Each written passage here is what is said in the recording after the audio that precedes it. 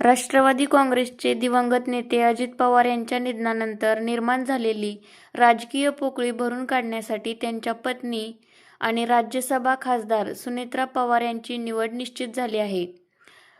अजित पवार यांच्या निधनानंतर राष्ट्रवादी काँग्रेसने अत्यंत वेगाने पावले उचलत त्यांच्या रिक्त जागी सुनेत्रा पवार यांची निवड निश्चित केली आहे. हा निर्णय केवळ एका रिक्त पदाची पूर्तता नसून पक्षाचे अस्तित्व टिकवून ठेवण्यासाठी आणि आगामी विलिनीकरणाच्या प्रक्रियेत आपले पारडे जड ठेवण्यासाठी टाकलेले एक महत्त्वाचे राजकीय पाऊल मानले जात आहे.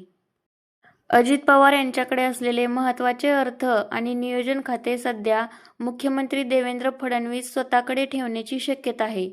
आगामी अर्थसंकल्प देखील मुख्यमंत्री फडणवीस सादर करू शकतात. तूर्त सुनेत्रा पवार यांना कोणतीही खाते न देता केवळ उपमुख्यमंत्री म्हणून शपथ दिली जाऊ शकते. मंत्रिमंडळ विस्तारात त्यांना जबाबदारी दिली जाईल. सुनेत्रा पवार सध्या आमदार नाहीत, त्यामुळे पुढील 6 महिन्यात त्यांना विधिमंडळावर निवडून येणे बंधनकारक असेल. कदाचित बारामतीच्या पोटनिवडणुकीतून त्या रिंगणात उतरू शकतात.